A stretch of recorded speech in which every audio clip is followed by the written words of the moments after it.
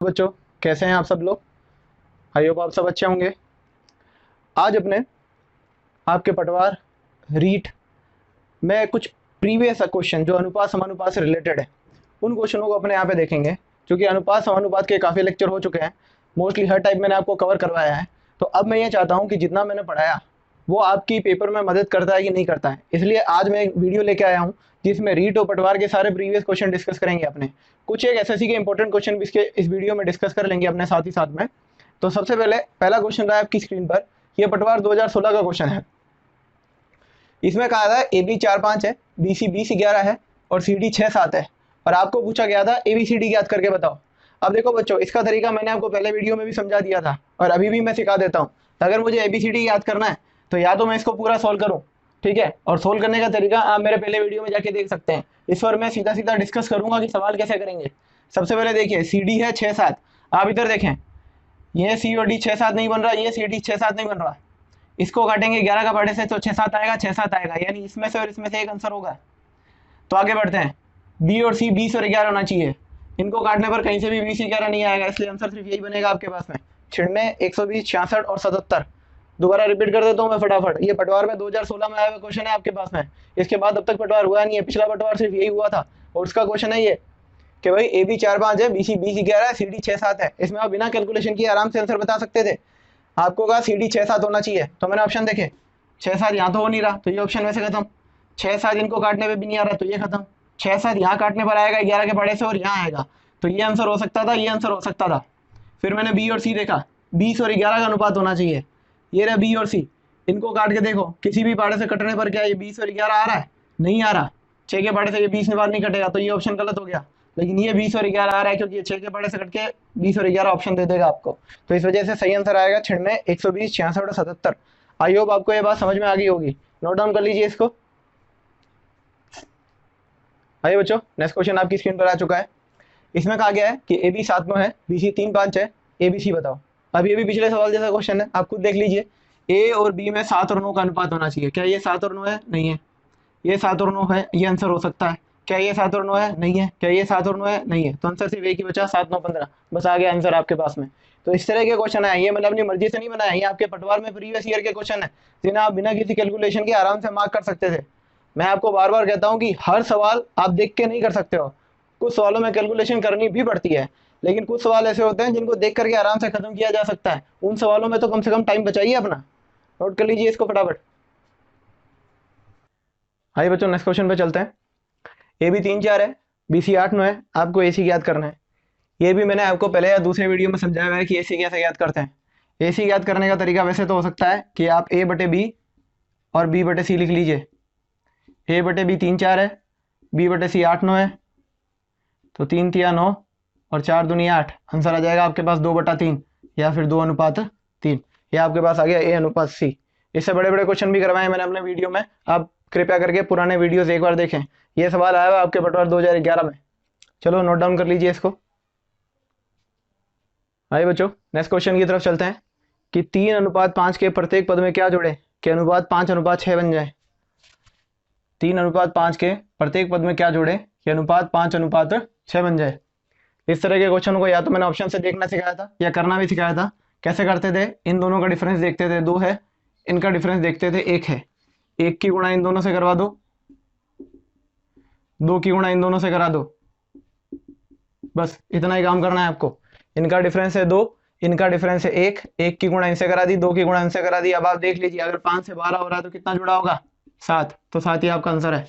उसी तरह से 3 से 10 हो रहा है तो भी कितना जुड़ा है? 7। तो आप कहोगे हमको 7 जोड़ना पड़ेगा, यानी ऑप्शन नंबर 2 आपका इस सवाल का आंसर आ जाएगा। आई होप आपको ये बात समझ में आ गई होगी। ये सब सवाल मैंने आपको प्रीवियस वीडियो में करवा रखे हैं और काफी एग्जाम्पल के साथ भी करवा रखे हैं। तो इस तरह के क्वेश्चन आते हैं देखिए आपके पटवारी में।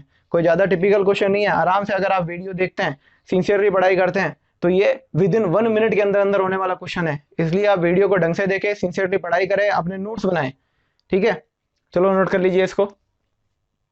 चलिए बच्चों, नेक्स्ट क्वेश्चन की तरफ चलते हैं। 18 और 24 का तृतीयानुपाती क्या होगा? तृतीयानुपाती याद करने का तरीका क्या सिखाया था मैंने कि भाई तृतीयानुपाती जो होता है वो होता है b² a। b यानी दूसरा पद, a यानी पहला पद।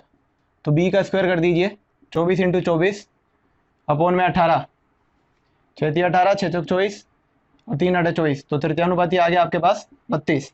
ये क्वेश्चन था पटवार 2011 का। आई होप आपको बात समझ में आ गई होगी। तृतीयानुपाती मैंने पहले करवा रखे हैं, आपको नोट कर लीजिए इसको। चलिए बच्चों नेक्स्ट क्वेश्चन की तरफ चलते हैं। 7x 17.5 और 2.25, तो आपको ये बताना है कि x की जगह क्या आएगा। तो देखो इसको सोल्व करने का जो तरीका होता है वो होता है बाह्य पदों की गणा, मध्य पदों की गुणा, ठीक है। और यहाँ पर 22.5 है, इसको सही कर लीजिए 22.5। अगर इस सवाल को फटाफट करना होता तो मैं से देखता 25 आते 175 होता है, 25 में 225 होता है, तो 7 की जगह 7 आ रखा है, x की जगह क्या आ जाना चाहिए, 9 आ जाना चाहिए। तो अगर मुझे देख के करना होता तो फटाफट मैं ऐसा करता, और अगर तरीके से करना है आपको तो आप इसको ऐसे लिख लीजिए, तरीके से करने के लिए बाह्य पदों की गुणा बराबर होती है मध्य पदों की गुणा के। और अगर आपको x का मान निकालना है तो 17.5 को नीचे भेज दीजिए, यह आ जाएगा 22.5 बटे में 17.5, पॉइंट से पॉइंट कट गया, 25 आते 175, 25 में 225, 7 से 60 कट गया, x की वैल्यू कितनी आ गई 9। ये आपके पास में x का मान आ जाएगा। तो बड़ा सिंपल सा क्वेश्चन था, आप देख के भी बता सकते थे और इस तरह से पूरा सॉल्यूशन भी देख सकते थे। नोट डाउन कर लीजिए इसे। चलिए बच्चों नेक्स्ट क्वेश्चन की तरफ चलते हैं। पॉइंट 2, पॉइंट 12, पॉइंट 3 का चतुर्थानुपाती ज्ञात करना है। तो आप वैसे देख के भी बता सकते हैं कि 2 चिंग 12 होता है, तो 3 चिंग 18 आएगा, यानी आपका आंसर 0.18 आना चाहिए इसका। और अगर आप इसको मेथड से करना चाहते हैं तो मेथड से आप कर सकते हैं आराम से, जैसे पिछला क्वेश्चन किया था। चौथे अनुपात को आप x मान लीजिए, बाह्य पदों की गुणा बराबर मध्य पदों की गुणा, x की वैल्यू निकालेंगे तो 0.2 भाग में चला जाएगा, ये पॉइंट से पॉइंट कट गया, यह आएगा 0.06 के बराबर और यह आ जाएगा 0.18 के बराबर गुणा करा के। तो नोट डाउन कर लीजिए इसको। आइए बच्चों नेक्स्ट क्वेश्चन पे चलते हैं आपके पास में कि ए बी का 3/7 भाग है, बी सी का 2/3 भाग है, सी डी का 1/2 भाग है। आपको ए और डी पूछा गया है। तो देखा जाए अगर क्वेश्चन इस तरह से है ए बी बी सी और सी डी, तो इस क्वेश्चन को करने का बस ये तरीका है कि जो नंबर दे रखे हैं उन सबकी गुणा करा दो आप। 3/7, 2/3 और 1/2, 2 से 2 कट गया, 3 से 3 कट गया, आपके पास में आ जाएगा 1 और 7, तो अनुपात बन गया 1:7। क्यों हुआ वो भी मैं आपको डिटेल डिस्क्रिप्शन दे देता हूँ इसके अंदर। देखिए ए बी का 3/7 है, तो ए बराबर बी का 3/7। अब यहां से अगर मैं बी को नीचे ले जाऊं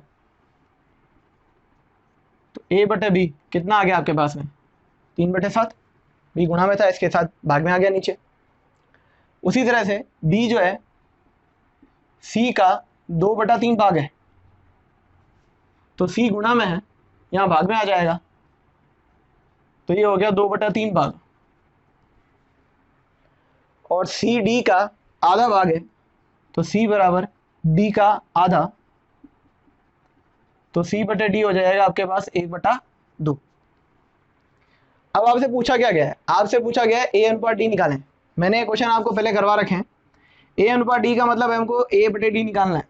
तो ए बटे डी निकालने के लिए हम इसको ऐसे लिख सकते हैं, ए बटा बी, बी बटा सी और सी बटा डी। क्यों, ताकि बी से बी कट जाए, सी से सी कट जाए और बचेगा सिर्फ ए और डी। तो ए बटा बी का मान आपके पास में है 3/7, बी बटे सी का मान भी है आपके पास में 2/3 और सी बटे डी का मान भी है आपके पास 1/2। तो 2 से 2 खत्म, 3 से 3 खत्म, अनुपात बच गया 1:7 या 1/7। वही मैंने निकाला था। इसको पूरा करने से आप बस ये देखिए कि अगर आपको सवाल ऐसे दिया हुआ है लगातार A B B C C D, तो जो ये नंबर दे रखे हैं इनकी सबकी सीधी आपस में गुणा करा दीजिए, आपके पास आंसर बन जाएगा 1:7। आराम से कुछ सेकंडों में बनने वाला क्वेश्चन है ये, और पटवार 2011 में आया हुआ है।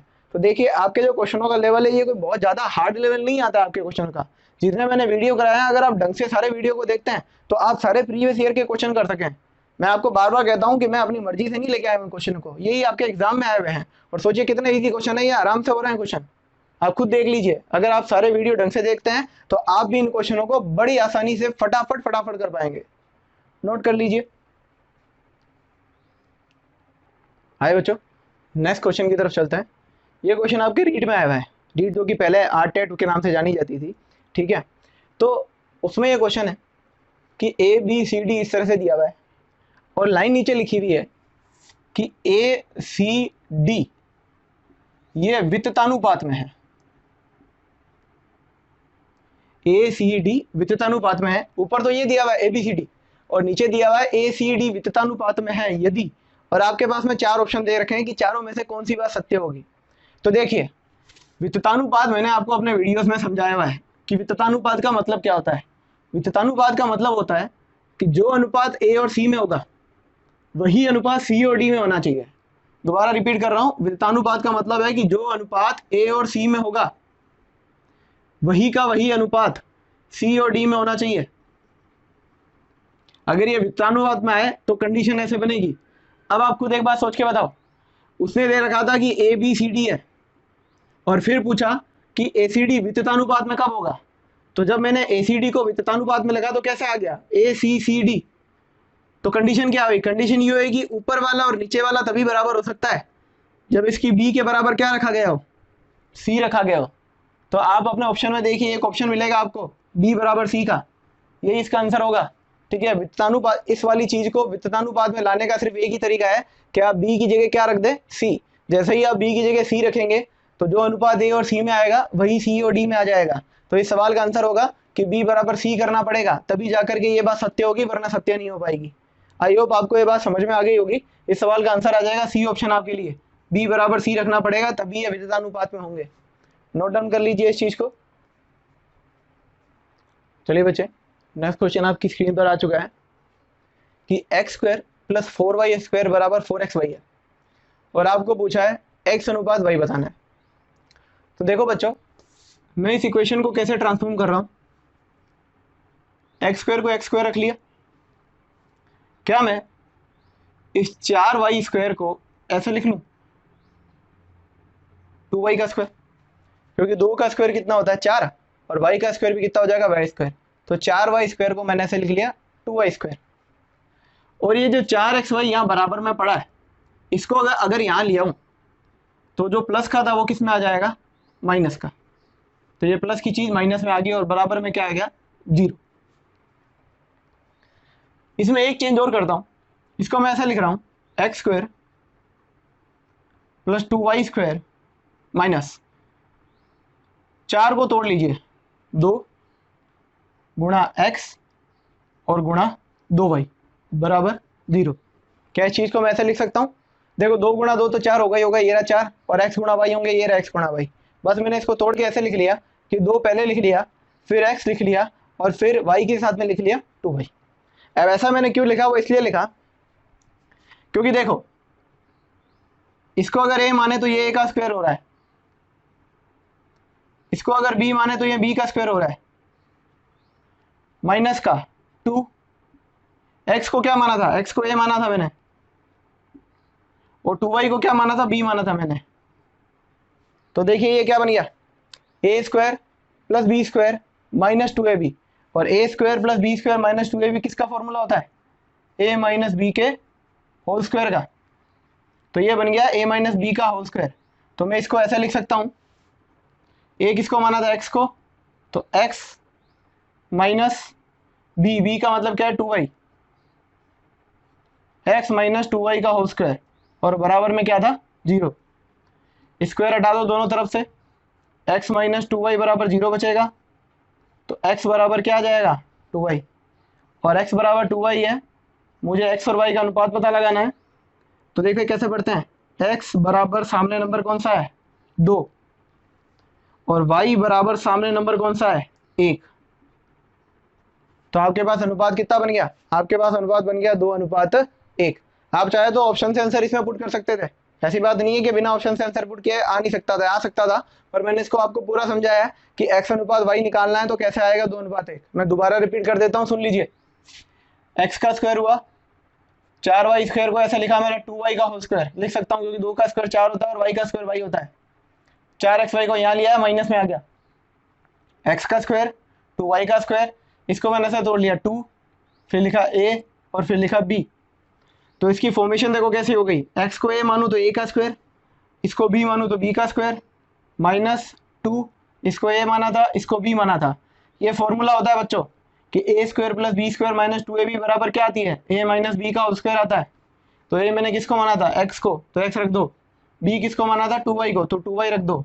और ऊपर क्या है, स्क्वायर, तो x माइनस 2y का स्क्वायर और बराबर में क्या था, 0। दोनों तरफ से स्क्वायर हट गया, x माइनस 2y बराबर 0, x बराबर कितना आ गया, 2y।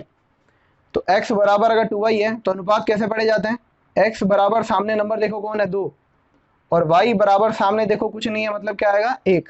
तो x और y में अनुपात आ गया आपके पास में 2:1। या आप चाहते तो इसमें 2 और 1 वैल्यू भी पुट कर सकते थे। जैसे अगर मैं इसकी जगह 2 रखता तो ये 4 आता, 4 इंटू 1 का स्क्वायर बराबर 4 इंटू एक्स की जगह 2 रखें और y की जगह 1 रखें। पर मैंने आपको ये तरीका क्यों नहीं कराया, ये तरीका मैंने इसलिए नहीं कराया क्योंकि देखो 4 और 4 इधर 8 हो गया और इधर भी कितना हो गया, 8। पर अगर इसमें कुछ और ऑप्शन आ जाते जो इसके जैसा कुछ मिलता जुलता तो आप गड़बड़ कर सकते थे। इसलिए मैंने क्या किया, आपको इसको पूरा बेसिक से समझाया कि अगर इस सवाल को करना होता तो कैसे बेसिक से इसको ले जाया जाता है। एक आगे क्वेश्चन और डिस्कस करेंगे जिसमें इस तरह के इन फॉर्मूलों का यूज होगा। आई होप आपको ये बात समझ में आई होगी। आप पहले इसको नोट कर लीजिए। भाई बच्चों नेक्स्ट क्वेश्चन की तरफ चलते हैं कि x प्लस वाई अनुपात में y प्लस जेड अनुपात में z प्लस एक्स, ये दे रखा है आपको 2, 3 और 4। एक्स वाई जेड का मान दे रखा है 27 और आपसे जेड की वैल्यू पूछी है। देखो बच्चों आपको क्या करना है इस तरह के सवालों में, काफी अच्छा सवाल है ये। सबसे पहले काम करो, इसको इसको और इसको जोड़ लेते हैं। कैसे, x plus y, y plus z और z plus x. X plus y का सामने अनुपात कितना है, 2। वाई प्लस जेड का अनुपात कितना है, 3। और जेड प्लस एक्स का अनुपात कितना है, 4। तो जरा इनको जोड़ो, देखो क्या आता है। x और x 2x, y और y 2y, z और z 2z। तो मैं इसको ऐसे लिख सकता हूँ 2x plus Y plus Z बराबर 4, 3, 7 और 2 9। और अगर मुझे यहाँ से x y z निकालना हो तो क्या करूँ मैं, अगर मुझे खाली x y z निकालना है तो 2 जो गुणा में है वो वहाँ भाग में चला जाएगा, क्या आ जाएगा 9/2।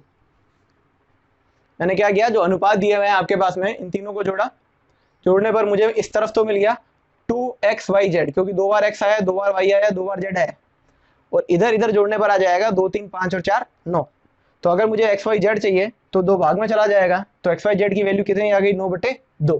पर दिक्कत यह है कि xyz की वैल्यू 9/2 नहीं है, xyz की वैल्यू कितनी दी हुई है आपको, 27 दी हुई है। इसका मतलब जो आपके 9/2 आया है वो असल में किसके बराबर है, 27 के बराबर है। तो 1 का मान किसके बराबर होगा, 27 में 9/2 का भाग लगा दीजिए। 2 ऊपर चला जाएगा, 9 नीचे आ जाएगा, 3 बार कट जाएगा, तो 1 का मान किसके बराबर आ जाएगा, 6 के बराबर आ जाएगा। तो 1 का मान 6 के बराबर आ गया। अब देखिए, अब आपको क्या करना है, मुझे मान निकालना है जेड का। मुझे पता है x plus Y plus Z बराबर 27 है।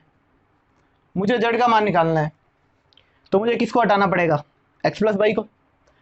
x प्लस वाई का मान कहाँ है, ये रहा। x प्लस वाई का अनुपात कितना दिया हुआ है, 2। अभी आपने निकाला था 1 का मान कितना है, 6।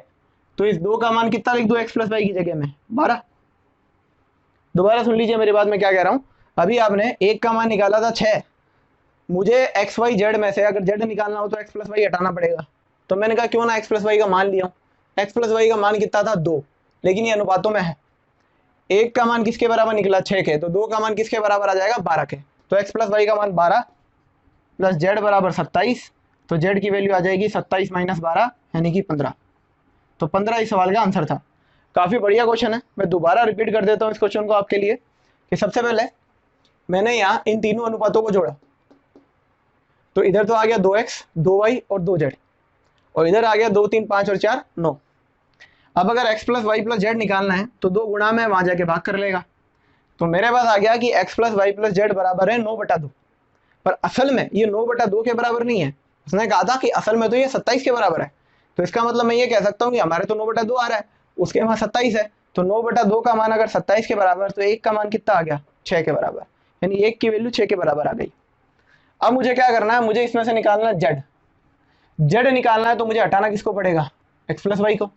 अब एक्स प्लस वाई का मान कहाँ से लाऊं, एक्स प्लस वाई का मान आप ऊपर से लिया है, जैसे एक्स प्लस वाई कितना दे रखा है, 2 दे रखा है, एक्स प्लस वाई का अनुपात है 2, मुझे पता है 1 की वैल्यू किसके बराबर, 6 के, तो 2 का मान कितना हो जाएगा, 6 दूनी 12, तो इसकी जगह मैंने 12 रख दिया, जेड का जेड पड़ा, बराबर में कितना था 27, 12 वहां पे जाके कट गया, कितना आ गया 15। इसी तरह से आप बाकी भी निकाल सकते थे, जरूरी नहीं है वो जेड पूछे, मान लो वो आपसे वाई पूछ लेता कि वही निकाल के बताओ कितना आएगा, तब आप कहते कि X plus Y plus Z बराबर मुझे पता है कितना है 27। अगर मुझे वाई निकालना है तो हटाना किसको पड़ेगा, एक्स प्लस जेड को, अगर एक्स और जेड को हटा दूं तो वाई निकल जाएगा। तो जरा देख के आओ कि एक्स और जेड का मान कितना है, ये रहा एक्स और जेड का मान कितना आ रहा है यहाँ पे 4, 1 का मान किसके बराबर 6 के, 4 का मान किसके बराबर हो जाएगा 6 चौके 24, तो एक्स और जेड की जगह आप 24 रख सकते थे, वाई का वाई रहता बराबर 27, वाई की वैल्यू कितनी आ जाती 3, ये 3 मान निकल जाता। तो जरूरी नहीं आपसे जेड पूछा जाए, आपसे वाई पूछा जा सकता है, आपसे एक्स पूछा जा सकता है, इसमें कुछ भी पूछा जा सकता है, पर इस सवाल का तरीका ध्यान में रखेंगे अपने। आई होप आपको बात समझ में आई होगी, नोट डाउन कर लीजिए इस क्वेश्चन को। हाय बच्चों, नेक्स्ट क्वेश्चन की तरफ चलते हैं। ये पटवार 2016 का क्वेश्चन है आपके पास में। इसमें कहा गया पुरुषों और महिलाओं के साथ कुछ बांटी गई तनख्वाह का अनुपात है 6-5 और प्रत्येक पुरुष और प्रत्येक महिला को मिली अनुपात है 2-3, तो कुल पुरुषों और कुल महिलाओं की संख्या का अनुपात पूछा है। इस सवाल को समझाने से पहले मैं आपको एक छोटा सा एग्जांपल देता हूँ, एकदम छोटा सा एग्जांपल समझाता हूँ। अगर मैं आपको कहूं कि मेरे पास कुल 200 रुपए है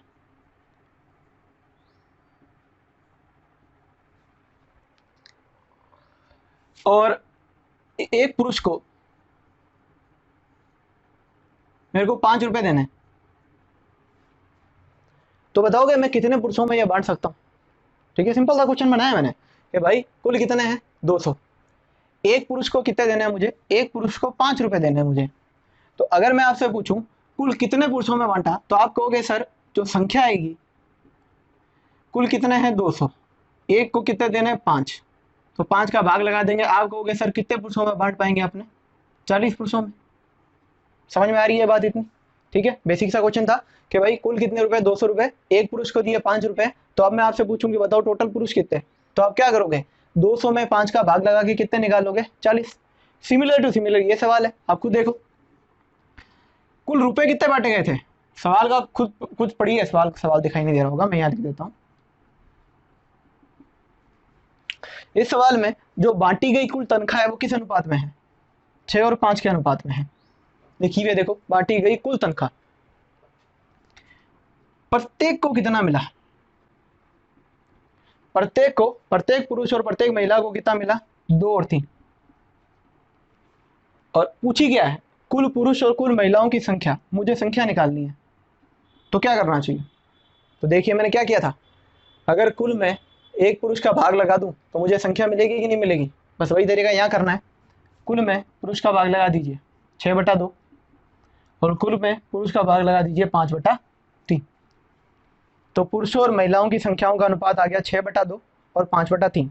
लेकिन इसको ऐसे बट्टे में नहीं छोड़ते, तो थोड़ा सिंपल कर लेते हैं, 6 × 18 तिरछी गुणा करवा के, 2 × 5 = 10 और काटूं तो 2 × 18 2 × 5 = 10, तो आपके पास कुल पुरुषों और महिलाओं की संख्याओं का अनुपात कितना आ जाएगा 9:5, यानी ऑप्शन नंबर सी आपके पास में आंसर आ जाएगा। आई होप आपको बात समझ में आ गई होगी कि कुल में बस प्रत्येक का भाग लगाना होता है, आपको अपनी संख्या मिल जाती है।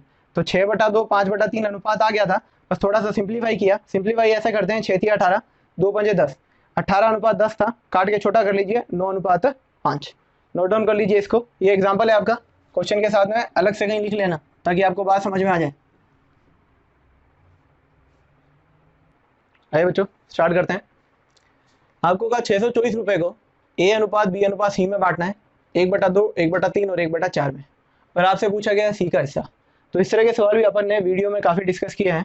आप इस वीडियो को देखने से पहले मेरे सारे प्रीवियस वीडियो देख के आए, सीधा आप इस वीडियो को देखेंगे तो कुछ तरीके ऐसे हैं जो मैंने पिछले वीडियो में डिस्कस कर रखे हैं, तो आपको ये वीडियो सीधी समझ में नहीं आएगी जब तक आप मेरे प्रीवियस वीडियोस नहीं देखेंगे। सारे वीडियोस देख लीजिए, और अब तक जितने भी मैंने आपको सवाल कराया उनमें से एक भी सवाल ऐसा नहीं होगा जो मैंने पिछले वीडियो में आपको नहीं करवा रखे हैं। तो आप खुद देख लीजिए, ये सारे एग्जाम के क्वेश्चन सिर्फ मेरे वीडियो में से आराम से पड़े हुए हैं। तो मैंने आपको सफिशिएंट पढ़ा दिया है, इतना पढ़ा दिया है कि आप इस तरह के एग्जाम तो आसानी से क्रैक कर सकते हो। तो इसको पहले सॉल्व करते हैं। सबसे पहले अनुपात को इजी करने के लिए मैंने तरीका सिखाया, कोई ऐसा नंबर लिया जो 2 के बारे में, 3 के बारे में और 4 के बारे में आता हो, तो आप कहोगे सर नंबर आ गया 12। बड़ा नंबर भी ला सकते हो, 24 लिख लो, 36 लिख लो, पर जितना छोटा नंबर लिखोगे उतनी आपकी कैलकुलेशन सही चलेगी। अब गुणा कराएं, 12 का आधा कितना हो गया 6, 12 का 1/3 कितना हो गया 4, और 12 का 1/4 कितना हो गया 3। यानी आपको ABC में पैसा बांटना है किस अनुपात में, 6, 4 और 3 के अनुपात में। तो टोटल देखो कितने हुए, 6, 4, 10 और 3 कितने हो गए 13, यानी 13 रुपए हैं टोटल। लेकिन उसने तो कहा टोटल कितनी है 624, तो 13 624 के बराबर, एक का मान आ जाएगा 13 चौके 52 और 13 8 104 48, और एक का मान 48 आ गया। तो सी का हिस्सा पूछा है, तो 3 का मान कितना आ जाएगा, 48 इंटू 3 कर दीजिए, आंसर आ जाएगा 144 रुपये। दोबारा रिपीट कर देता हूँ, अनुपात आया 6, 4, 3, तो टोटल कितनी हुई 13, पर टोटल होनी कितनी चाहिए 624, तो 13 का मान 624, एक का मान 48, आपको निकालना है सी का हिस्सा, तो सी का हिस्सा है 3, तो 3 का मान आ जाएगा 3 गुना 48 144 रुपये। नोट कर लीजिए इस क्वेश्चन को। आइए बच्चों नेक्स्ट क्वेश्चन पे चलते हैं। 48 रुपये को आपको ABC में बांटना है 6, 5 और 4 में। 2011 का क्वेश्चन है पटवार के। तो देखो कैसे बांटेंगे, 6 और 5 कितना हो गया 11, 11 और 4 कितना हो गया 15, टोटल 15 है, जबकि इसने तो कहा टोटल 48 है। तो 15 की वैल्यू 48 के बराबर पुट करें तो एक का मान आएगा 48 में 15 का भाग लगा दीजिए, ये आ जाएगा 320, 15 या 45, 15 दूनी 30, 320, एक का मान 320 आ गया। पूछा क्या गया है, पूछा गया है ए और सी के हिस्से का अंतर, ए और सी के हिस्से का अंतर। अंतर देखो कितने का है इसमें, 6 और 4 के बीच अंतर है 2 का। जब हमें पता है एक का मान 320 है, तो 2 का मान कितना आ जाएगा, 2 गुणा 320 यानी 640, तो आंसर आ जाएगा 640 रुपये। बस एकदम बेसिक सा क्वेश्चन था, सारे पहले से डिस्कस किए हुए हैं। आप खुद देख लीजिए एग्जाम में किस तरह के सवाल आते हैं आपके, और अगर इतना पढ़ने के बाद में भी ये भी करेक्ट नहीं होते हैं तो बच्चों आपको बहुत ज़्यादा सीरियस मेहनत की आवश्यकता है, बहुत ज़्यादा। नोट कर लीजिए इसको। चलिए बच्चों नेक्स्ट क्वेश्चन पे चलते हैं। 3 संख्याओं का योग 392 दे रखा है, और आपको कहा पहली और दूसरी का अनुपात है 2:3। ये लिख लिया मैंने 2:3। दूसरी और तीसरी का अनुपात है 5:8।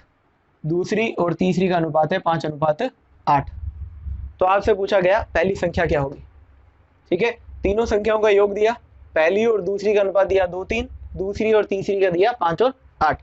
तो पहले तीनों का अनुपात बना लीजिए आप। कैसे बनाते थे, यहाँ खाली जगह है 5 का नंबर भर दीजिए, यहाँ खाली जगह है 5 का नंबर भर दीजिए, 5 दूनी 10, 5 या 15, 8 या 24, तो अनुपात आ गया 10, 15 और 24। तो आपको कहा था इन तीनों का योग 392, आप तीनों का योग करके देखें, 10 और 15 25, 25 और 24 हो गया 49। आपके तीनों का योग 49 आ रहा है, जबकि आना कितना चाहिए 392। तो 49 की वैल्यू अगर 392 के बराबर रखोगे तो एक का मान आ जाएगा 8, 49 का भाग लगाइए 8 आएगा, और अगर एक का मान 8 आ गया तो आपसे पूछिए पहली संख्या कितनी है, पहली संख्या आपके पास 10, तो 10 की वैल्यू याद कर लीजिए, 8 जाए कितना हो गया 80, तो 80 आपका आंसर आ जाएगा। फिर दोबारा सुन लीजिए फटाफट, अनुपात दिया था 2, 3, 5, 8, मैंने इसको तीनों का अनुपात बनाया, 3 यहाँ लिख लिया, 5 यहाँ लिख लिया, तीनों का अनुपात आ गया 10, 15 और 24। तो चूंकि टोटल करनी है अपन को 10, 15, 25, 25 और 24 हो गया 49, जबकि टोटल होनी कितनी चाहिए 392। तो 49 की वैल्यू 392, एक का मान 8 आ गया, और अगर एक का मान 8 है तो 10 की वैल्यू कितनी आ गई 80। आपको समझ में आ गई होगी ये बात, नोट डाउन कर लीजिए इसको। आइए बच्चों नेक्स्ट क्वेश्चन की तरफ चलते हैं। आपको कहा आपके थैले में 5 रुपये, 2 रुपये और 1 रुपये के कुछ सिक्के हैं, और इन सभी सिक्कों को मिला दें तो टोटल रुपए मिल रहे हैं 820। आपको इस क्वेश्चन में 4, 6 और 9 का अनुपात दे रखा है, सिक्कों की संख्या का अनुपात दे रखा है कि संख्या जो है वो 4, 6 और 9 के अनुपात में है, और आपसे पूछा है 2 रुपये के सिक्कों की संख्या बताओ। आप मेरा लेक्चर नंबर 8 या 7 या 8 देखिए, उसमें सिक्कों वाले मैंने सवाल करा रखे हैं। 2 तरह के सवाल ही बनते हैं सिक्कों पर, या तो वो संख्या दे सकता है या वो मूल्य का अनुपात दे सकता है। चूंकि इसने संख्या का अनुपात दिया है तो देखिए सवाल को कैसे करेंगे, मूल्य निकालते हैं। आप खुद देखिए, अगर 5 रुपये के 4 सिक्के लेके घूमते हो तो 5 चौके कितने रुपए आएंगे आपके पास 20 रुपए। ₹2 के 6 सिक्के लेके घूम रहे हो तो कितने रुपए बने आपके पास? 12 रुपए। और ₹1 के 9 सिक्के लेके घूम रहे हो तो कितने रुपए बन गए? 9 रुपए। तो टोटल देखो कितने रुपए हुए आपके पास, 20 और 32 और 9 कितने हो गए? 41 रुपए। यानी आपके पास थैले में 41 रुपए होने चाहिए थे, जबकि असल में कितने रुपए हैं? 820। तो 41 का मान 820 रख दीजिए, एक का मान आ जाएगा 20 के बराबर। और अगर एक का मान 20 है तो आपसे पूछा क्या है? आपसे पूछा है ₹2 के सिक्कों की संख्या। ₹2 के सिक्के और संख्या कितनी है उसकी? 6। तो जब एक का मान 20 तो 6 का मान आ जाएगा 6 गुणा 20, 120। ये आंसर आ गया। मैंने आपको कहा था जब वीडियो के टाइम भी ये आपको बताया था कि सिक्के वाले सवाल जो है वो काफ़ी इंपॉर्टेंट होते हैं आपके लिए। एग्जामिनेशन के हिसाब से सिक्कों वाले सवाल तो आप देख के जाएंगे ही जाएंगे।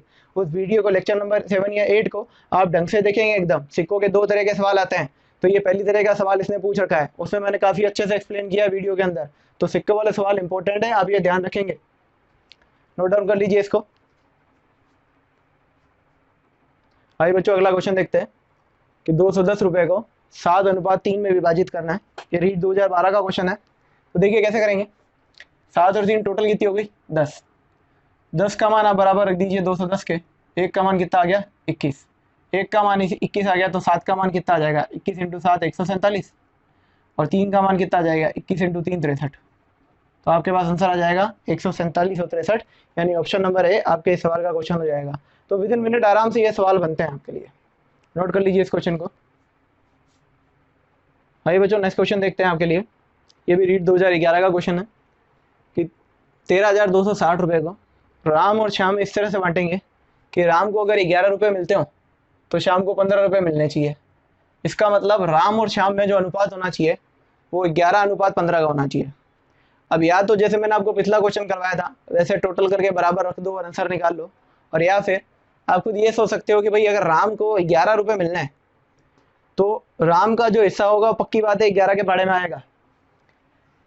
ये देखो 11 के पाड़े में आता है क्या? 11 × 66 105 नहीं आता। 11 × 5 = 11 का 11 ये आता है, ये नहीं आता 11 के पाड़े में। 11 × 7 = 70 ये भी नहीं आता। तो आपके पास एक ही ऑप्शन बचा है 56 10 और 76 50। तो ये आपका आंसर हो गया। ठीक है, तो आप इसको चीज को नोट डाउन कर लीजिए। आइए बच्चों अब अपन वो क्वेश्चन देख लेते हैं जो कुछ बच्चों ने मुझे डाउट भेजे। तो अब मैं डाउट सॉल्यूशन की तरफ बढ़ रहा हूँ। 3-4 क्वेश्चन में बच्चों के डाउट आए हैं तो वो डाउट सॉल्व करते हैं। तो डाउट में पहला क्वेश्चन ये रहा आपके लिए। ये क्वेश्चन जो है वो SSC CGL के क्वेश्चन है, तो कंपेरेटिवली थोड़े से टफ होते हैं रीट और पटवार के क्वेश्चन के। तो क्वेश्चन आपकी स्क्रीन पर आ चुका है। इसमें लिखा हुआ है कि A + B + C बराबर 4√3 दे रखा है आपको, और A² + B² + C², इसका मान 16 दे रखा है। और आपसे पूछा गया है A:B:C का मान बताएं कि कितना आएगा। तो देखो बच्चों सबसे पहले इस क्वेश्चन को करने के लिए आपको एक फॉर्मूला याद होना चाहिए कि A + B + C का होल स्क्वायर क्या होता है। वो होता है A² + B² + C² + का 2 AB + BC + CA। A + B + C का मान ये रहा। A + B + C का मान कितना है? 4√3। यहाँ रख दीजिए 4√3। 4√3 का स्क्वायर बराबर A² + B² + C², इसका मान A² + B² + C², इसका मान 16। तो 16 रख दीजिए। यहाँ बच गया आ गया 2 AB + BC + CA। 4√3 का स्क्वायर कीजिए। 4 का स्क्वायर 16, √3 का स्क्वायर 3, 16 दिया कितना आ गया? 48। तो 48 बराबर 16 + 2 AB + BC + CA। तो अब देखिए 16 यहाँ के कट जाएगा तो 48 में से 16 गया, कितना बच गया? 32। और 32 बराबर आपके पास में आ गया 2 AB + BC + CA। तो 2 से 32 को काटेंगे तो ये कितना आ गया? 16। तो आपने इतनी कैलकुलेशन करके एक चीज ये पता लगाई कि AB + BC + CA उसका मान कितना है? 16 है। और आपको ये बात पहले से पता थी कि A² + B² + C² भी कितना है? 16 है। यानी इस पूरे कैलकुलेशन को करने के बाद में आपको एक बात तो अच्छे से समझ में आ गई कि AB + BC + CA भी 16 होगा और A² B² + C² भी 16 होगा। इसका मतलब AB + BC + CA बराबर है a square plus B square plus c square के, क्योंकि ये भी 16 के बराबर, वो भी 16 के बराबर। अब ये बराबर होंगे कब? ये बराबर केवल एक ही कंडीशन में हो सकते हैं। ध्यान रख लेना बच्चों, ये बहुत इंपॉर्टेंट कंडीशन है। अगर ये दोनों बराबर हैं तो ये तभी बराबर हो पाएंगे जब आपके पास में ए बराबर बी बराबर सी हो, क्योंकि जब ए बराबर बी बराबर सी होगा तो ए पड़ा है, मैं इस बी की जगह ए रख पाऊंगा, यहाँ बी पड़ा है, मैं इस सी की जगह बी रख पाऊंगा, और यहाँ सी पड़ा है, मैं ए की जगह वापस सी रख पाऊंगा। तो ये ए स्क्वायर बन जाएगा, ये बी स्क्वायर बन जाएगा, और ये सी स्क्वायर बन जाएगा। तो यानी a B plus b c plus c a को a square plus B square plus c square के बराबर करने के लिए एक ही कंडीशन है, और वो कंडीशन क्या है कि ए बराबर बी बराबर सी होगा, तभी ये दोनों बराबर होंगे, वरना ये कभी बराबर नहीं हो सकते। तो आपने कैलकुलेशन इतनी की और ये पता लगाया कि दोनों बराबर हैं, तो ए बी सी भी बराबर आएंगे, और ए बी सी जब बराबर हैं तो आपसे पूछा ए अनुपात बी अनुपात सी बताना है, तो तीनों जब बराबर हैं तो अनुपात कितना आ जाएगा तीनों में? 1:1:1। मैं दोबारा रिपीट कर देता हूँ क्वेश्चन, काफ़ी अच्छा सवाल है ये, एसएससी सीजीएल का क्वेश्चन है। इसने कहा एबीसी 4√3 है, a square b square c square 16 है, तो एबीसी याद करें। तो सबसे पहले ये अलजेब्रा का एक फॉर्मूला है, a plus b plus c का whole square, a square plus B square plus c square plus 2ab plus b c plus c a. ABC का मान दे रखा है 4√3 रख दिया, a square b square c square दे रखा है 16, और ये एज इट इज रख दिया। इसको सॉल्व किया तो a B plus b c plus c a का मान भी 16 आ गया। तो जब a B plus b c plus c a 16 है, a square b square plus c square 16 है, तो ये भी 16 के बराबर, ये भी 16 के बराबर, इसका मतलब ये दोनों आपस में बराबर। और जब भी ये दोनों बराबर होंगे तो सिर्फ एक ही कंडीशन में बराबर हो सकते हैं कि ए बराबर बी बराबर सी हो। और जब ये तीनों बराबर ही हैं तो तीनों का अनुपात कितना आ गया होगा? 1:1:1। नोट डाउन कर लीजिए इस क्वेश्चन को। आइए बच्चों नेक्स्ट क्वेश्चन की तरफ चलते हैं। ये भी एक डाउट है, बच्चे ने पूछा है मुझसे, सीजीएल का डाउट है, तो इसको सॉल्व कर लेते हैं। क्वेश्चन है x³ माइनस y³ और x² plus xy plus y² बराबर दे रखा है 5:1, और x² माइनस y² अनुपात में x minus Y, sorry x plus Y, वो दे रखा है आपको 7:1, सॉरी x माइनस वाई है इधर, सही कर लीजिए इसको, x माइनस वाई दे रखा है 7:1। तो आपसे पूछा है 2x अनुपात 3y बताइए, 2x अनुपात 3y बताइए। तो सबसे पहले आपको x और y के मान याद करने पड़ेंगे। तो इस सवाल को सॉल्व करने के लिए जो काम में आने वाले फॉर्मूले हैं वो मैंने लिख दिया है यहाँ पे। ये देखिए कि अगर कभी भी a³ माइनस b³ को सॉल्व करना हो तो a³ माइनस b³ जो होता है वो होता है a minus B, A square plus A B plus B square. तो ये देखिए इधर a³ माइनस b³, इसको मैं लिख सकता हूँ इस फॉर्मूले से ऐसे, a माइनस बी, तो इसकी जगह लिख लूंगा x माइनस वाई, फिर a का स्क्वायर यानी x का स्क्वायर प्लस ab यानी xy प्लस b का स्क्वायर यानी y का स्क्वायर। तो आप इस फॉर्मूले को ओपन करके इस तरह से ऐसे लिख सकते हैं। अनुपात में कौन पड़ा है? अनुपात में पड़ा है x² plus xy plus y², और बराबर में कितना है? 5:1। तो ये वाली टर्म और ये वाली टर्म तो अनुपात में कट गई, पूरी पूरी एक जैसी थी। तो आपके पास बचा क्या? x माइनस वाई अनुपात में 1 बराबर बच गया 5:1। तो यहाँ से आप एक बात लिख सकते हो कि 1 की जगह तो 1 पड़ा है, x माइनस वाई की जगह कौन पड़ा है? 5। तो आपको x माइनस वाई की वैल्यू यहाँ से कितनी मिल गई? 5। दोबारा सुन लीजिए मैंने क्या किया, ये तो अपनी जगह पड़ा ही रहा, बस मैंने इसको ओपन कर दिया फॉर्मूले से। a³ माइनस b³ का फॉर्मूला देखिए होता है a माइनस बी, तो मैंने लिखा x माइनस वाई, फिर लिखा a का स्क्वायर यानी x का स्क्वायर प्लस ab यानी xy प्लस b स्क्वायर यानी y²।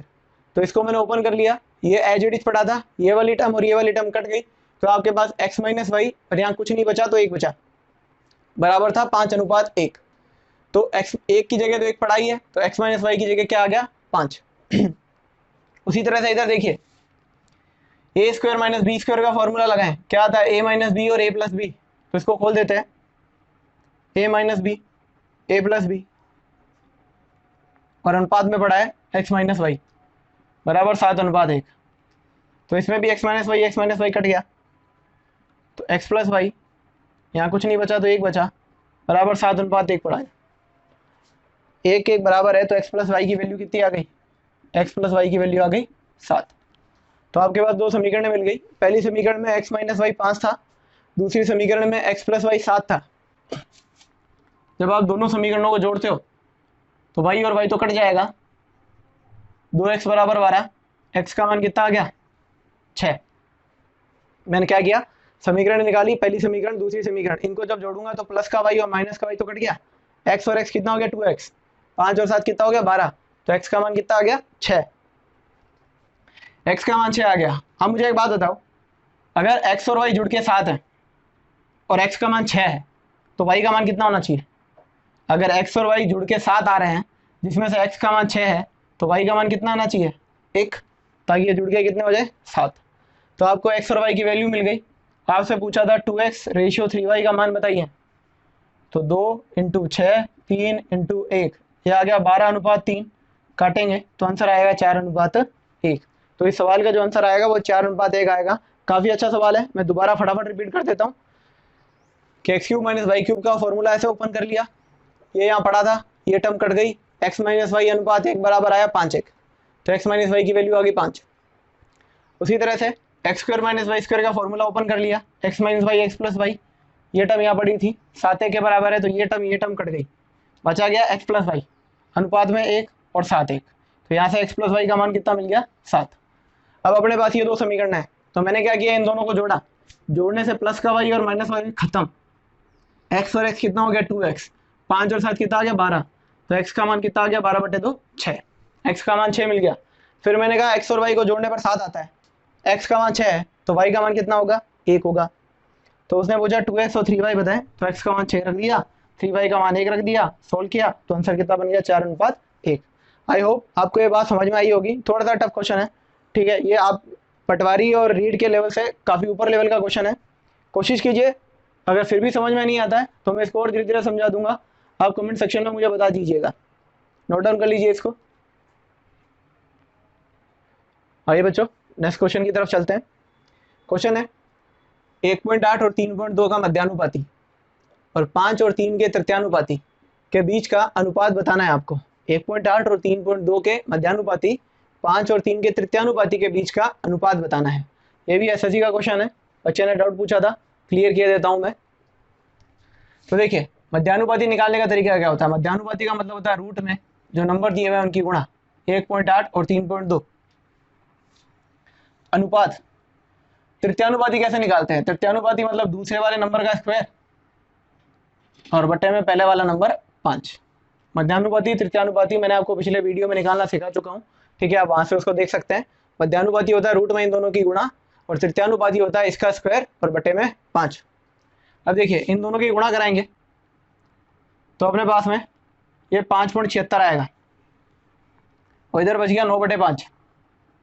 576 का रूट होता है 24, तो ये आ गया 2.4, 2.4 और 9/5, इसके नीचे कुछ नहीं है, एक मान लीजिए, तिरछी गुणा कराइए, 24 इंटू 5 120, तो ये 12 आ गया और 9 एकम 9 आ गया, काट के छोटा कीजिए, 3 चौके 12 और 3 तिया 9, तो आपके पास आंसर क्या बन गया 4:3। दोबारा सुन लीजिए, इनकी गुणा आई 5.76, यह आया 9/5, 5.76 का रूट होता है 2.4 और इधर आ गया 9/5, इसके नीचे कुछ नहीं था तो एक मान लिया, तिरछी गुणा कराई, 24 5 120 होता है, तो यहाँ पॉइंट की वजह से बच गया 12 और 9 एकम 9 होता है, इसको काट के छोटा कर लिया, आंसर आ गया 4:3।